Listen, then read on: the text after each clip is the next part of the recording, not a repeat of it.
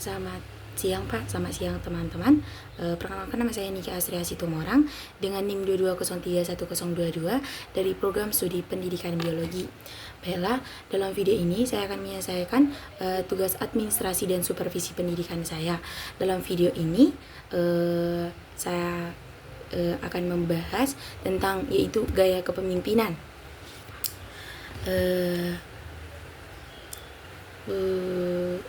Gaya kepemimpinan. Kalau kita bicara tentang soal tiba-tiba kepemimpinan pada hari ini, kita akan mencoba melihat bagaimana pola dan gaya kepemimpinan. Pertanyaan yang paling mendasar sebenarnya adalah apa yang membedakan antara tipe dengan gaya. Hal ini berpindah dari keseharian telah praktekkan menangkap tipe data itu secara harfiah. Secara bahasa, tipe kepemimpinan itu diartikan sebagai bentuk atau jenis dari kepemimpinan yang di dalamnya diimplementasikan satu atau lebih kepemimpinan ini perilaku atau gaya kepemimpinan sebagaimana pendukungnya. Jadi gaya kepemimpinan ini bisa diartikan sebagai perilaku atau cara yang dipilih dan digunakan oleh seseorang pemimpin di mana mereka dalam mempengaruhi pikiran, perasaan, dan juga perilaku para anggota organisasinya. Jadi ini kalau enggak bentuknya itu, caranya itu perilaku yang dipimpin oleh si pemimpin dalam melaksanakan tipe-tipe melekat dalam dirinya. Tipe kepemimpinan tidak mudah. Kita bisa memaknainya dengan cukup baik untuk melihat perbedaan di antara keduanya, meski pada hakikatnya kadang-kadang agak sulit membedakan karena berbagai jurnal di berbagai buku lainnya menganggap dia itu sama, terutama karena yang masih menyebutnya terkait dengan cara-cara berlaku kebinasaan dengan kepemimpinan dalam melaksanakan gaya atau tipe kepemimpinannya.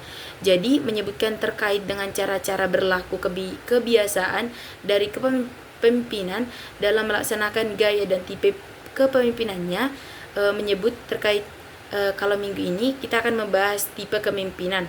Kalau sekarang itu gaya dalam menjalankan 5 ini ada banyak sekali gaya atau cara yang bisa diterapkan dalam pelaksanaan atau dalam penerapan dengan tipe-tipe kepemimpinan. Ada seluruhnya itu, bahkan kita lihat dalam video ini nomornya kepemimpinan, ada manusia, ada yang dipimpin, ada kondisi-kondisi di mana kita sebagai reader harus mampu melihat manifestasi siapa yang kita pimpin sebagai mahasiswa dan ante-antenya bersama dengan kepemimpinan sesuai dengan karakter yang dimiliki oleh seseorang. Mereka kita sebut sebagai leader tadi. Maka ketika pemimpin cenderung memiliki gaya atau cara-cara tersendiri yang unik di dalam memimpin lembaga nyata, perusahaan jatuh berbeda secara manusiawi. Setiap digerakkan memiliki gaya Wedertama.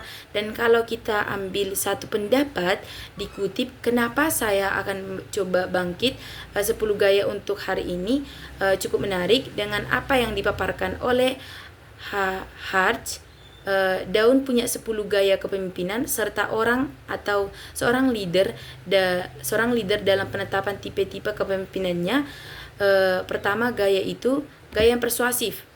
Kapten bisa melihat gaya persuasif berarti gaya kepemimpinan seseorang dalam menggunakan kebiasaan dengan melakukan approach atau pendekatan yang mengubah perasaan.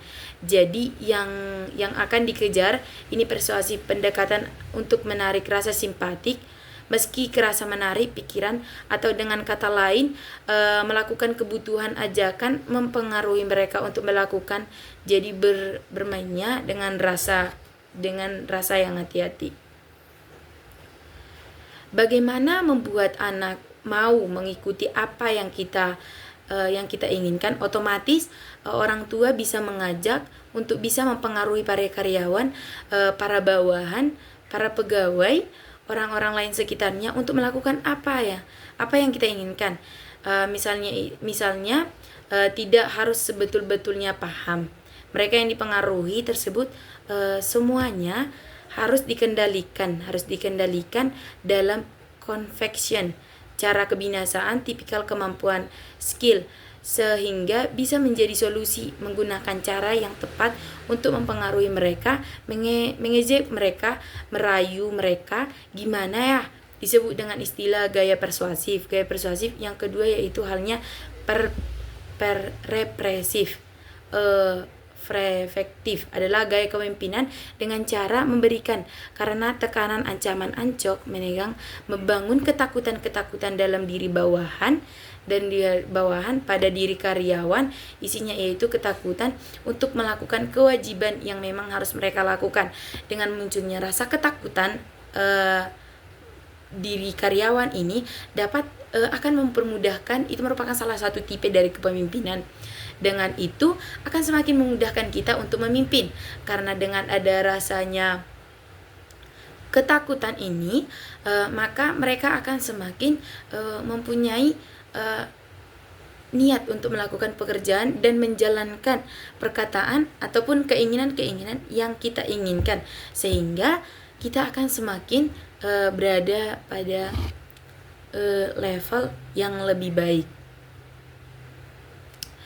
Gaya ini biasanya adalah gaya silinder, memberikan kesempatan pada karyawan, kepada pegawai, kepada bawahan kita sendiri untuk aktif ataupun secara aktif, kreatif menata yang lembaga itu baik spiritual, fisik maupun material.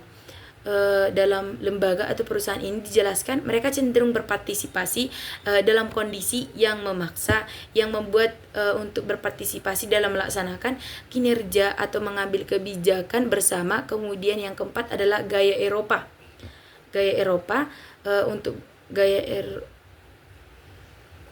Eropa aktif, inovatif, inovasi. Kepemimpinan ini biasanya cenderung selalu berusaha, selalu meyakinkan diri dengan sangat keras untuk mewujudkan berbagai macam usaha yang harus kita tingkatkan guna untuk memenuhi pembaharuan yang kita targetkan sendiri. Dengan beberapa tipe kepemimpinan itu sendiri, maka organisasi tersebut akan semakin meningkat dan tujuan yang telah diinginkan dan tujuan yang akan dimaksimalkan itu semakin tercapai. Tipe-tipe ini memang agak sulit untuk tercapai, tetapi dengan adanya penguasaan diri sendiri, dengan adanya tekanan pada diri sendiri, maka tipe-tipe ini akan terjalin kepada karyawan, bawahan, ataupun pegawai kita sendiri. Baiklah, sekian penjelasan dari saya. Saya mengetahui dalam video ini terdapat banyak kesalahan kalimat, kesalahan kalimat itu baik itu disengaja pun atau tidak disengaja. Saya minta maaf. Akhir kata saya ucapkan terima kasih.